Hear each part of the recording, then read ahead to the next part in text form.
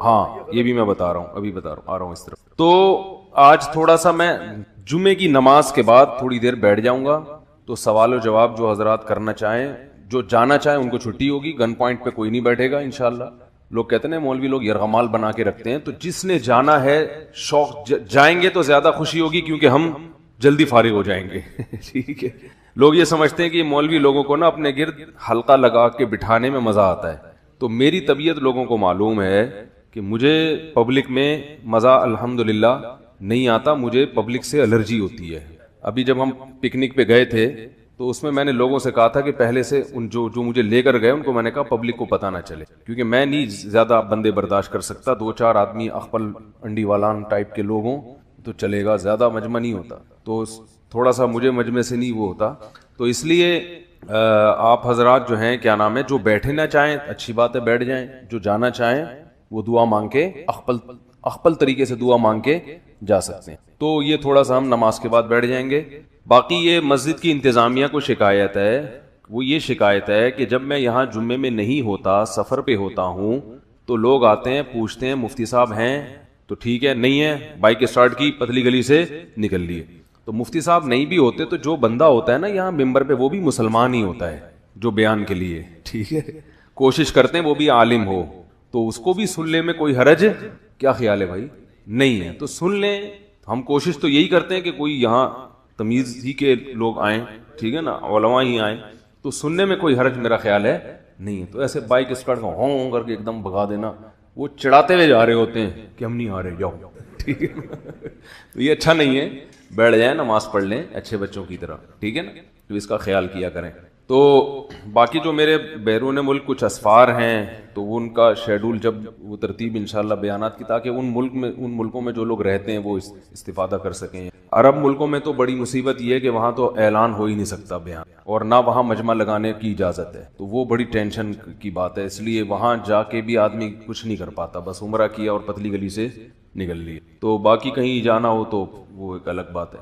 تو ہمارے ملک میں بھی کوشش ہو رہی ہے کہ علماء کو کیا کیا جائے، محدود۔ تو میں بار بار حکومت سے اپیل کرتا ہوں کہ علماء کی زبانوں کو بند نہ کریں، لیکن 2 شرطیں لگا دیں۔ ایک یہ کہ ممبر پہ بیٹھنے کی صرف اسی کو اجازت ہوگی جو باقاعدہ کسی دینی ادارے سے اس نے پراپر طریقے سے علم حاصل کیا ہوگا اور کسی سے ٹریننگ لی ہوگی، تربیت لی ہوگی۔ ہر کوئی اٹھ کے بیٹھ کر دکان کھولنا شروع کر دے، اس پہ پابندی ہونی چاہیے، اس سے فرقہ واریت پھیلتی ہے۔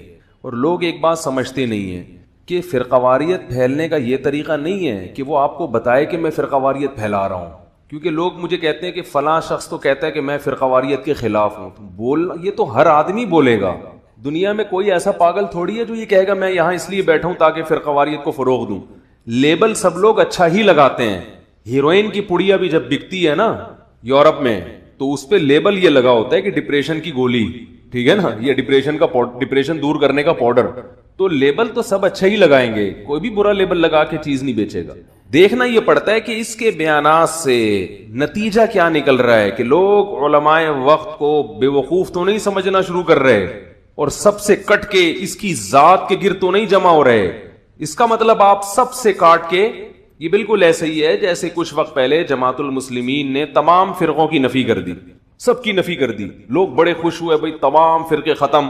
لوگوں کو یہ نہیں پتا کہ ایک نیا فرقہ وجود میں آ رہا ہے۔ میں سمجھا پا رہا ہوں اپنی بات کہ ایک نیا فرقہ وجود میں آ رہا ہے۔ اس وقت ہم لوگوں سے کہتے تھے کہ نیا فرقہ ہے، اچھے نام سے، مسلمین کے نام سے، مسلم کے نام سے، لوگ نہیں مانگ رہے تھے۔ لیکن جب اس فرقے کے 2 پارٹ بنے ہیں، پارٹ 1 اور پارٹ 2، اور پھر اللہ کے فضل سے پارٹ 3 بھی وجود میں آ گیا، تو لوگوں کو اندازہ ہوا کہ پہلے کم تھے اب زیادہ۔ اب بھی اسی طرح سے نئے فتنے آ رہے ہیں مارکیٹ میں، وہ کہہ رہے ہیں ہمارا کوئی نام نہیں ہے۔ تو جماعت المسلمین نے تو اپنا نام رکھ کے فرقہ کی بنیاد رکھی۔ فرقہ پھیلانے کے لیے، فرقہ کی بنیاد رکھنے کے لیے نام رکھنے کی ضرورت نہیں ہے۔ دیکھو بچہ اگر پیدا ہو جائے بغیر نام کے بھی تو وہ بھی ہے تو بچہ ہی نا۔ والدین اگر نام نہ رکھیں تو بھی وہ بچہ ہے۔ پبلک پھر اپنی سہولت کے لیے خود نام رکھ لیتی ہے۔ تو زیادہ تر جو اسلام میں فرقے ہیں وہ لوگوں نے نام نہیں رکھے، پبلک نے دوسرے سے ممتاز کرنے کے لیے خود ان کو نام دے دیا اور مارکیٹ میں وہ نام مشہور ہو گیا۔ تو غامدیت ایک نیا فتنہ، اگرچہ وہ جناب غامدی صاحب 100 دفعہ کہیں میں فرقہ واریت کو نہیں مانتا، لیکن آپ جو فکر قوم کے سامنے لے کر آئے ہیں وہ پوری قوم سے ہٹ کر ہے.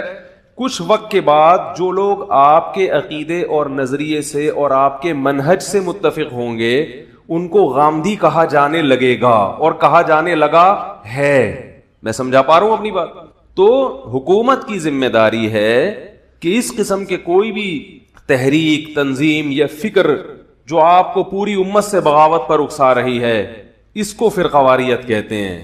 اس پر میرا ایک مستقل بیان ہے، 8-9 سال پہلے بیان ہوا تھا. اس میں میں نے بہت ڈیٹیل میں بیان کیا تھا کہ فرقہ واریت کی لعنت ہے کیا اور اس کا سدباب کیسے ہو. آڈیو بیان ہے، وہ ضرور سنیے گا، نیٹ پر موجود ہے، کئی سال پہلے. اس کا نام یاد رہے گا، فرقہ واریت کی لعنت اور اس کا سدباب. فرقہ واریت کہتے کس کو ہیں، ڈیفینیشن کیا ہے، اور اس کو ختم کیسے کرنا ممکن ہے.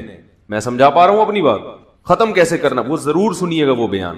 تو اس طرح سے تو یعنی گورنمنٹ یہ کام کرے پہلا تو، اور دوسرا کام کیا کرے کہ کوئی باقاعدہ یعنی کس ادارے سے آپ فارغ ہیں، بلکہ حکومت کی یہ ذمہ داری ہے کہ چند بڑے بڑے اداروں کو، چاہے وہ کسی بھی مسلک کے ہوں، دیکھیں مسلک ہر دور میں رہے ہیں. جیسے آپ کسی غیر مسلم کو زبردستی مجبور نہیں کر سکتے کہ وہ مسلمان ہو، ایسے ہی مسلمانوں میں جو مختلف مسلک ہیں ان میں ایک مسلک کو آپ گن پوائنٹ پہ دوسرا مسلک قبول کرنے پر مجبور نہیں کر سکتے. عوام کو ہمیشہ آزاد چھوڑا جاتا ہے، بھئی یہ بھی ہیں، یہ بھی ہیں، یہ بھی ہیں، یہ بھی ہیں. آپ کس فقہ کو فالو کرتے ہو، آپ کس مسلک کو فالو کرتے ہو، آپ کو کون اسلام کے زیادہ قریب رکھتا ہے تو آپ اس کو فالو کرو. کیونکہ دلائل کی دنیا تو، دلائل تو کھلے ہوئے ہیں، سب بات کر رہے ہیں. تو آپ جب سنیں گے موٹی موٹی بنیادی باتیں تو آپ کو خود اندازہ ہو جائے گا کہ کون صحیح ہے اور کون غلط. میں جو کہتا ہوں نا کہ ہر ایک کی مت سنو، ممکن ہے آپ کہیں کہ میں تو کہتا ہوں کہ ہر ایک کی مت سنو. میں یہ کہتا ہوں کہ جب آپ کو تحقیق کے بعد کسی ایک پر اعتماد ہو گیا، کسی ایک پر اعتماد ہو گیا تو پھر جو باؤنڈری آپ نے اسلام پر آپ کو اعتماد ہو گیا نا تحقیق کے بعد، تو پھر جو اسلام نے باؤنڈری کھینچی ہے تحقیق کے نام پہ، اس باؤنڈری سے باہر جانے کی آپ کو اجازت نہیں ہے. میں سمجھا پا رہا ہوں اپنی بات؟ کیونکہ اسلام نے باؤنڈری کیا کھینچی ہے، اجماع امت کے خلاف کوئی بات قبول نہیں ہوگی. اتوار کو میرا اس ٹاپک پر بیان ہوا تو بہت سے لوگوں نے کہا اس میں قرآن و حدیث کی تو مفتی صاحب نے کوئی بات ہی نہیں کی ہے جو میں دلیل دے رہا ہوں. تو بھائی اجماع امت یہ قرآن و حدیث ہی ہے. کوئی بھی ایسا شخص جو اجماع امت کے خلاف آپ کو لے کر جا رہا ہے وہ کبھی بھی برحق نہیں ہو سکتا. اس کی میں نے مثال دی تھی، جیسے قادیانی کو آپ نہیں سن سکتے کیونکہ ختم نبوت کا عقیدہ یہ امت کا، بولے نا بھائی، اجماعی عقیدہ ہے، اس سے آپ باہر نہیں جا سکتے. یہ قرآن حدیث ہی تو کہہ رہا ہوں کیونکہ اجماع کی حجیت قرآن سے ثابت ہے. عجیب بات ہے، قرآن کا برحق ہونا اجماع سے ثابت اور اجماع کا برحق ہونا قرآن سے ثابت. یہ دونوں ایک دوسرے کے لیے کیا ہیں، لازم اور ملزوم ہیں. حدیث سے بھی ثابت ہے، نبی صلی اللہ علیہ وسلم نے ارشاد فرمایا لا تجتمع امتی علی ضلالہ، میری امت گمراہی پہ جمع نہیں ہو سکتی. اب صدیوں سے امت کا متفق عقیدہ ہے کہ نبی آخری نبی ہیں، تو اگر ہم اس کو غلط مان لیں اور مرزا غلام احمد کو نبی مان لیں تو یہ پوری امت کیا قرار پائے گی، بولو نا، غلط. جبکہ قرآن بھی کہہ رہا ہے، وہ قرآن کی آیت میں بھی پڑھوں گا انشاءاللہ. یہ بھی مجھ پہ الزام لگایا جاتا ہے کہ مفتی صاحب آیتوں کے نمبر نہیں بتاتے، حدیثوں کے نمبر نہیں بتاتے. میں عربی میں آپ کو حدیث پڑھ کے سنا رہا ہوں، اللہ کے بندو، عربی میں حدیث پڑھ کے سنا رہا ہوں. اس سے بڑی دلیل کیا ہو سکتی ہے، اس سے بڑی. باقی میں یہاں اس لیے نہیں کہ یہ جو ممبر ہے یہ واعظ و نصیحت کے لیے ہوتا ہے، یہاں میں کتابیں لے کے نہیں بیٹھتا، میز کرسی نہیں ہے. اس لیے میں بتا دیتا ہوں یہ حدیث ہے، یہ حدیث ہے. تو آپ نیٹ پہ لکھو لا تجتمع امتی، آپ فوراً آ جائے گی وہ روایتیں آپ کے سامنے. تو قرآن مجید میں اللہ تعالیٰ کا ارشاد ہے وَمَن يَتَّبِعْ غَيْرَ سَبِيلِ الْمُؤْمِنِينَ نُوَلِّهِ مَا تَوَلَّى وَنُصْلِهِ جَهَنَّمَ، جو مومنین کے راستے کو چھوڑ کر کسی اور راستے پہ چلے گا. دیکھو یہاں یہ نہیں کہا جو قرآن و حدیث کے راستے کو چھوڑ کر کسی اور راستے پر، اس لیے کہ جو مومنین کے راستے کو چھوڑ کے دوسرے راستے پہ چلتا ہے لیبل وہ بھی کیا لگاتا ہے، بولنے میں کوئی پابندی لگائی ہے گورنمنٹ نے. کیا ہوا بھائی؟ نہیں وہ ریکارڈ تو ہو رہا ہے نا، ہو رہا ہے. جو مومنین کے راستے کو چھوڑ کر قرآن کہہ رہے دوسرے راستے پہ چلے گا، جدھر جا رہا ہے، یعنی نولیہ ما تولا کا با محاورہ ترجمہ ہوگا کہ جدھر دفع ہو رہا ہے اس کو ہم دفع ہونے دیں، نولی دفع ہو جہاں کو جا رہا ہے، مرے جہاں جا کے مرے، غرق ہو جائے وہ، وَنُصْلِهِ جہنم، اور انجام کیا ہوگا اس کا؟ جہنم میں۔ کیونکہ جب بھی اجماع کے خلاف کوئی چلا ہے، لیبل اس نے کس کا لگایا؟ قرآن و سنت کا۔ خوارج جو حضرت علی کے خلاف کھڑے ہوئے تھے، لیبل کیا لگایا تھا؟ قرآن کا۔ ان الحکم الا للہ، انہوں نے کہا حکم صرف کس کا چلے گا؟ اللہ کا، علی کا حکم نہیں چلے گا۔ بڑے عبادت گزار تھے وہ لوگ، بڑے متقی تھے خوارج۔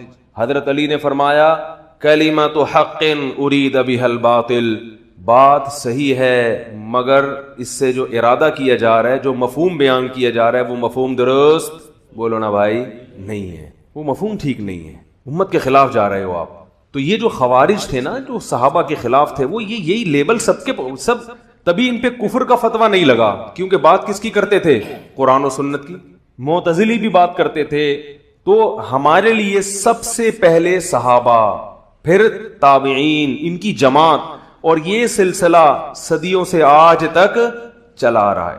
جو علماء کا لفظ استعمال کر کے علماء کو برا بلا کہتا ہے علی الاطلاق، وہ کبھی بھی برحق نہیں ہو سکتا۔ آپ دو حصے بنائیں کہ علماء حق اور علماء سو۔ علماء حق بھی ہول سیل کے حساب سے ہیں اور قیامت تک رہیں گے، علماء سو بھی ہول سیل کے حساب سے ہیں اور قیامت تک رہیں گے۔ یہ ہول سیل کے حساب سے 4-5 نہیں ہوں گے، یہ کہ ایک فلاں جگہ ایک فلاں اور 4 آدمی ہو گئے، باقی سب کیا ہیں؟ صحیح ہے نا؟ تقریریں سن کے اگر یہ ذہن آپ کا بن رہا ہے تو یہ جو قرآن کی آیت ہے، میں نے خطبہ بھی نہیں پڑھا آج، وہ کیونکہ وہ ریکارڈنگ کا انہوں نے کہا تھا تو پڑھ لیتا ہوں۔ الحمدللہ نحمدہ ونصلی علی رسولہ الکریم، اللہ حق بات کہنے کی، سننے کی، عمل کی توفیق عطا فرمائے۔ تو میں یہ عرض کر رہا تھا کہ دیکھو قرآن مجید کی آیت ہے کہ جو مومنین کا راستہ چھوڑ کر، اس سے کیا مراد ہے؟ عامۃ المومنین۔ بعض لوگ کہتے ہیں اس سے صحابہ مراد ہیں۔ صحابہ اولین مصداق ضرور ہیں، یعنی سب سے پہلے اس میں صحابہ داخل ہیں، لیکن یہ کہنا کہ اس سے صرف صحابہ مراد ہیں، یہ بالکل، اس سے قیامت تک آنے والے تمام مومنین مراد ہیں۔ اسی وجہ سے اس آیت سے بڑے بڑے ائمہ نے اجماع کی حجیت پر استدلال کیا کہ ہر دور کا اجماع کیا ہے؟ حجت۔ اور اس کی دلیل حدیث ہے، صحیح مسلم کی حدیث کہ میری امت گمراہی پہ جمع نہیں ہوگی۔ اس میں یہ نہیں کہا کہ میرے صحابہ گمراہی پہ جمع، نہ صحابہ جمع ہو سکتے ہیں، نہ تابعین، نہ تبع تابعین، نہ ان کے بعد 15ویں صدی کے لوگ، یہ بھی گمراہی پہ جمع نہیں ہو سکتے۔ جس وقت گمراہی پہ جمع ہوئے، 1 سیکنڈ کے لیے بھی اللہ اس دنیا کو باقی، بولو بھائی، نہیں، کیونکہ گائیڈنس کے لیے پھر کوئی گائیڈ رہے گا نہیں۔ آپ کہیں گے بھی کتابیں تو ہوں گی، کتابیں گائیڈنس کے لیے کافی نہیں ہے۔ اگر کتابیں گائیڈنس کے لیے کافی ہوتی تو رسول اللہ صلی اللہ علیہ وسلم کو اللہ قرآن میں یہ نہ کہتا وَيُعَلِّمُهُمُ الْكِتَابَ، نبی کتاب پڑھ کے بھی سنائیں گے اور کتاب سکھائیں گے بھی۔ پتہ چلا کتاب کے ساتھ ساتھ معلم انسان کی بھی ضرورت ہے۔ صحابہ قرآن ہم سے بہتر سمجھتے تھے مگر معلم کے بغیر ان کی سمجھ میں قرآن کے مطابق نہیں آیا۔ تابعین ہم سے بہتر عربی جانتے تھے، تو جب صحابی کو معلم کے بغیر سمجھ میں نہیں آ رہا تو تابعی کو صحابی کے بغیر سمجھ میں کیسے آئے گا؟ بعض لوگ کہتے ہیں امام حنیفہ کا کوئی مدرسے میں تو نہیں پڑھا۔ امام حنیفہ نے بھی باقاعدہ پڑھا ہے بڑے بڑے مشائخ سے، اور ان مشائخ نے امام ابو حنیفہ کے حق میں گواہی دی ہے کہ یہ آدمی اس قابل ہے کہ لوگوں کو گائیڈ کر سکتا ہے۔ مخالفت بھی ہوئی ہے، وہ تو اہل حق کی مخالفت تو ہوتی ہے، مگر حمایت بھی بہت تسلی سے ہوئی ہے۔ اسی وجہ سے ان کو حماد الکوفی کی مسند پہ باقاعدہ بٹھایا گیا ہے، خود سے نہیں، انہوں نے اپنی دکان کھول لیا کہ ان سے بڑے لوگوں نے ان پر اعتماد کر کے ان کو بٹھایا ہے۔ تو کہاں سے کہاں بات چلی جاتی ہے۔ تو یہ جو میں دلیل دیتا ہوں نا کہ جو بھی اجماع امت کے خلاف جا رہا ہے اس کی بات، بولو بھائی، مت سنو، کیونکہ اجماع امت، اس کی حجیت حدیث سے بھی ثابت اور قرآن سے بھی۔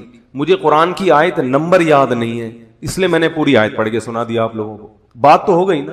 ایک صاحب کا مجھے فون آیا، یہ والی آیت ہے، اس کا نمبر بتائیں۔ میں نے کہا ڈاکٹر ذاکر نائک صاحب کو فون کریں، کیونکہ ڈاکٹر ذاکر نائک صاحب ہمارے لیے قابل احترام ہے، مگر وہ اس ٹاپک سے متعلق وہ آیت. اور میں آپ کو یہ بات بتاؤں, میں نے ایک بہت بڑے عالم سے سنا جو ڈاکٹر ذاکر نائک کو ہم سے زیادہ جانتے ہیں, انہوں نے فرمایا کہ چونکہ جناب ڈاکٹر ذاکر نائک کی تجوید زیادہ اچھی نہیں ہے, قرآن تجوید آیتیں اس چیز پر انہوں نے محنت نہیں کی ہے, تو اس وجہ سے وہ آیتوں حوالہ نمبر انہوں نے یاد کرنا شروع کیا کہ پوری آیت کوٹ کرنا میرے لیے کیا ہے, مشکل ہے.